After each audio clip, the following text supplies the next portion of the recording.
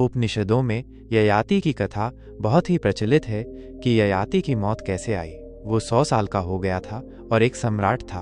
उसकी 100 रानियां थीं और 100 से अधिक बेटे थे। जब मौत आई तो ययाति थर्रा गया। मौत सामने देख कौन नहीं डरेगा। वो 100 साल जी लिया था, 100 रानियां थीं, 100 बेटे थे, बड़ा साम्राज्य था, मगर कभी भी कुछ कहाँ पूरा होता है, कब तृप्ति होती है।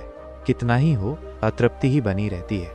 वो गिड़गिड़ाने लगा मौत के सामने, हाथ जोड़ने लगा, कहा, ये तो बहुत जल्दी हो गई, कुछ खबर तो करनी थी। कुछ वर्ष या 2 वर्ष पहले ही मुझे खबर कर दी होती। जो मंशाएं थीं मेरी अधूरी रह गई हैं, वो मैं पूरी कर लेता।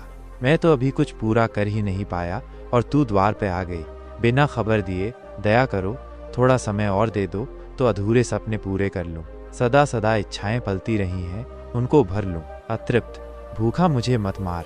मृत्यु ने कहा, मुझे तुझे ले जाना तो पड़ेगा, तो एक काम करो। मृत्यु ने कहा, मृत्यु को उस बूढ़े पर दया आ गई। तुम्हारा बदले में अगर कोई और जाना चाहता है, कोई भी हो, तो मैं तुम्हें मोहलत दे सकती हूँ। मैं उसको ले जाऊंगी, लेकिन मुझे अपने साथ तो किसी को ले जाना है। ययाति अपने बेटों के सामने गिड़गिड़ाने लगा। जरा सोचो, 100 साल का बूढ़ा अपने जवान बेटों के सामने गिड़गिड़ाने लगा कि कोई भी राजी हो जाओ। जो बुजुर्ग बेटे थे, कोई 70 साल का था, कोई 80 साल का भी था, कोई 60 का था, कोई 50 का था। वो सब तो कन्नी काट गए। वे यहाँ वहाँ देखने लगे। और स्वाभाविक भी है, जब 100 साल में तुम्हारी इच्छाएं पूरी नहीं हुई तो 50 साल के बेटे की इच्छा कहाँ से पूरी हो सकती है। वह क्यों मरे, क्यों किसी के लिए मरे। हम कहते हैं दूसरों से कि मैं तुम्हारे लिए मर जाऊंगा, लेकिन जब ये मौका आ जाए तो ये तो बस कहने की बात थी। पति कहता है पत्नी से कि मैं मर जाऊंगा तुम्हारे बिना, पर कोई मरता वरता नहीं है। पत्नियां कहती हैं कि मर जाएंगे तुम्हारे बिना। अंग्रेजों को क्यों सतियों की प्रथा बंद करनी पड़ी? क्योंकि पत्नियों को जबरदस्ती जलाया जाता था, और अगर मरना ही होता तो कानून क्या ही रोक सकता था। पहले कितनी सतियां होती थीं, अब तो कोई सती नहीं होती। ययाति के बेटे इधर उधर देखने लगे।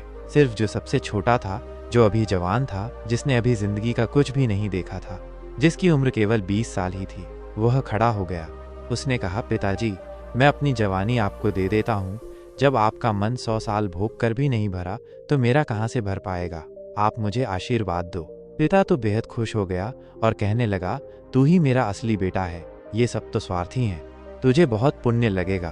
तूने अपने बाप को बचा लिया अपनी जान देकर, लेकिन मौत को बहुत दया आई उस बेटे पर। उसने कहा, ये बूढ़ा खुद को बचाने के लिए तुझे बलि चढ़ा रहा है। तू सिर्फ 20 साल का है। तूने तो अभी कुछ भी नहीं देखा और न ही तुझे जीवन के कड़वे मीठे अनुभव प्राप्त हैं। तू थोड़ा और सोच ले, अभी इतनी जल्दी कुछ नहीं है। मैं इंतजार कर सकती हूँ। ध्यान से देख, तेरे दूसरे भाइयों ने मना कर दिया जो तुझसे ज्यादा अनुभवी हैं। देख, अपने पिता को 100 साल का होकर भी नहीं मरना चाहता है। नहीं तेरे कोई भाई मरना चाहते हैं, तो तू क्यों मर रहा है। उस बेटे ने बड़ी बहुमूल्य बात कही।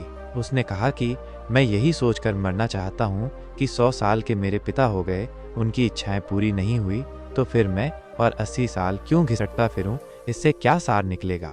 जब अनुभव सामने है तो क्यों उसमें कूदूं, और 100 साल बाद मैं भी अपने बेटे के सामने गिड़गिड़ाऊं। ये जो मेरे भाई हैं, कोई 80 साल के हैं, कोई 70 साल के हैं, ये सब सर झुकाए बैठे हैं। ये सब बातें फिजूल की हैं। वासना दुष्पूरव है।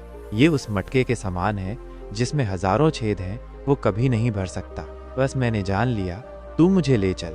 फिर भी बाप को होश न आया। बेटे ने जब ऐसी अद्भुत बात कही, तब भी किसी और भाई को होश न आया। वे सब बैठे ही रहे। हुआ ये कि बेटे की उम्र बाप को लग गई। अब 100 साल के बाद फिर मौत आई और बाप फिर गिड़गिड़ाने लगा और उसने कहा कि अभी तो कुछ भी पूरा नहीं हुआ है। ये 100 साल कैसे बीत गए कि पता ही नहीं चला। पल में बीत गए। तब तक उसके 100 बेटे और पैदा हो चुके थे। उसने नई नई शादियां की थी। मौत ने कहा, तो फिर किसी बेटे को भेज दो। और ऐसा ही चलता रहा। ऐसा कहा जाता है कि ये 10 बार हुआ। अब वे बूढ़ा 1000 साल का हो गया था, तब भी मौत आई और मौत ने कहा कि अब क्या इरादा है। ययाति हंसने लगा। उसने कहा कि अब मैं चलने को तैयार हूँ।